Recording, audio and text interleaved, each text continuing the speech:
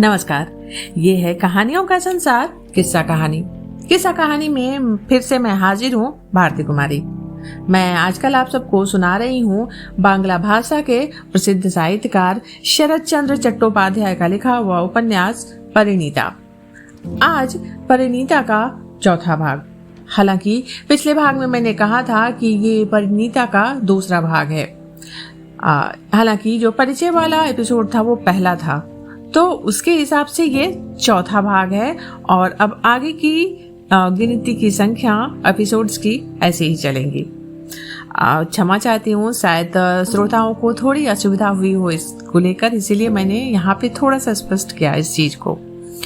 पिछले भाग में आपने सुना कि लेखक ने शेखर और ललिता के रिश्ते की सहजता को बहुत ही कम शब्दों में समझा दिया है। वहां पर सबसे जो पहला एपिसोड था उसमें था गुरुचरण ललिता के मामा जी की आर्थिक स्थिति और उनकी पारिवारिक स्थिति पर का वर्णन था, और दूसरे भाग में शेखर और ललिता के रिश्ते का। शेखर की शादी तय करना चाहते हैं उसके माता पिता, और उसके लिए लड़की देखी जा रही है, और शेखर को लड़की देखने जाना होता है खुद के लिए।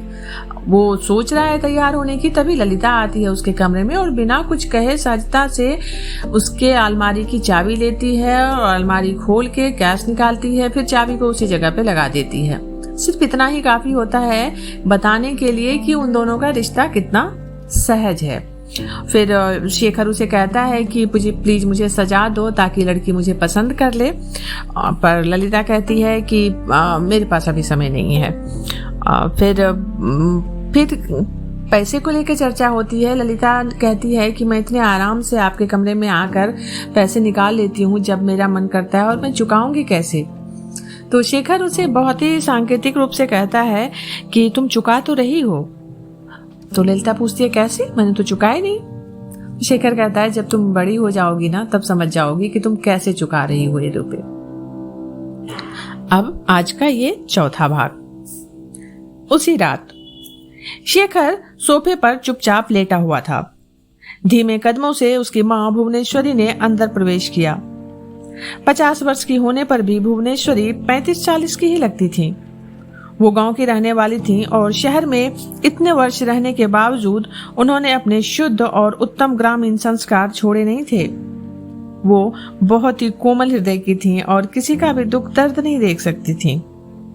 शेखर ने अपनी माँ से रूप, स्वास्थ्य और बुद्धि ही नहीं पाई थी, माँ के मन की पर दुख कातरता भी पाई थी।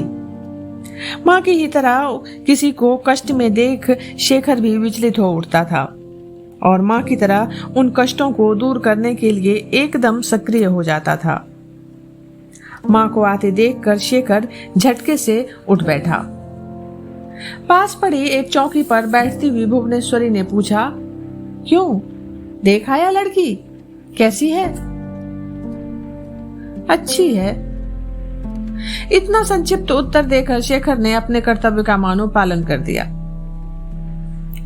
भुवनेश्वरी ने फिर पूछा, क्यों, ये अच्छी है कहकर चुप क्यों हो गया? माँ, तुमने जो पूछा उसी का तो जवाब दिया, शेखर ने हंसकर कहा और कालीन की ओर देखने लगा। भुवनेश्वरी भी हंसने लगी, फिर बोली, पूरी बात का जवाब कहाँ दिया? रंग कैसा है? गोरा है ना? अच्छा, किसकी जैसी है? अपनी ललिता जैसी है? माँ की ओर दृष्टि कर शेखर ने कहा, पर माँ, ललिता तो काली है, उसके सामने तो वो लड़की गोरी ही कहलाएगी। अच्छा वो छोड़, नैन नक्श कैसे हैं? भुवनेश्वरी ने फिर पूछा। बुरे नहीं है, शेखर ने फिर अनमना सा जवाब दिया। माँ ने फिर पूछा, अच्छा तो हाँ कर दूं तुम्हारे बाबूजी से? ये सुनकर शेखर चुप हो गया, कुछ नहीं बोला। भुवनेश्वरी कुछ क्षण लड़के की ओर देखती रही, फिर जैसे कुछ ध्यान आने पर बोली, अच्छा लड़की पढ़ी लिखी कहाँ तक है शेखर? वो तो मैंने पूछा नहीं माँ, शेखर ने जवाब दिया। भुवनेश्वरी के चेहरे पर आश्चर्य के भाव आए। वो बोली, क्यों नहीं पूछा?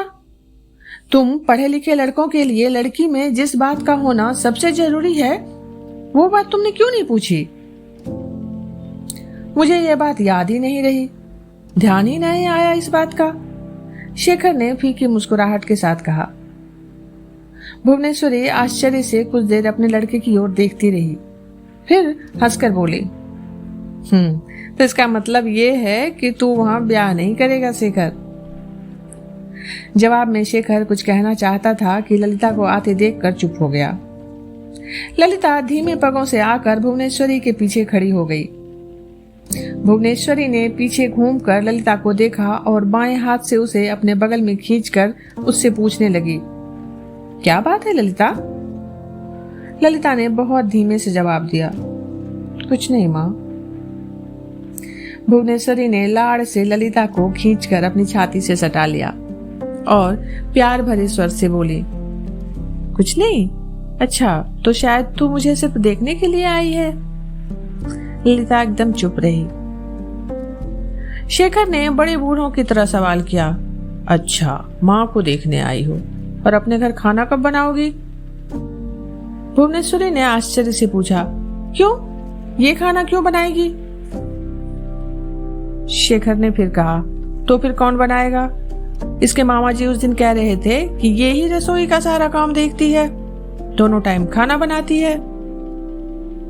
भुवनेश्वरी हंसती हुई बोली, इसके मामा जी की भली कही, जो उनके मुंह में आया कह दिया। अब इसका ब्याह नहीं हुआ है, इसके हाथ का कच्चा खाना कौन खाएगा?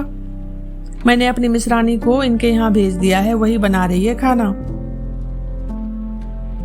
ये सुनकर शेखर ने पूछा, और अपने घर में कौन बनाएगा खाना? अपने घर में बड़ी बहू बना रही है खाना। भुवनेश्वरी ने स्थिति को अच्छी तरह स्पष्ट करते हुए कहा, वैसे आजकल दिन का खाना मैं ललिता के यहाँ ही खा रही हूँ। शेखर ने संतोष की एक गहरी सांस ली। वो समझ गया कि इस संकटग्रस्त परिवार का भार उसकी इस बहुत अच्छी माँ ने अपने ऊपर ले लिया है। मन ही मन उसने माँ के प्रति कृतज्ञता प्रकट की। परिणीता का ये भाग यहीं तक। अभी आप सुन रहे थे भारती कुमारी की आवाज में शरद चट्टोपाध्याय का लिखा हुआ उपन्यास परिणीता का चौथा भाग। जल्दी ही मिलती हूँ अगले भाग के साथ। तब तक आप सब जुड़े रहिए किस्सा कहानी से। और अगर ये उपन्यास और किस्सा कहानी चैनल आपको अच्छा लग रहा है तो प्लीज लाइक और सब्सक्राइब जरूर कीजिएगा। धन्यवाद।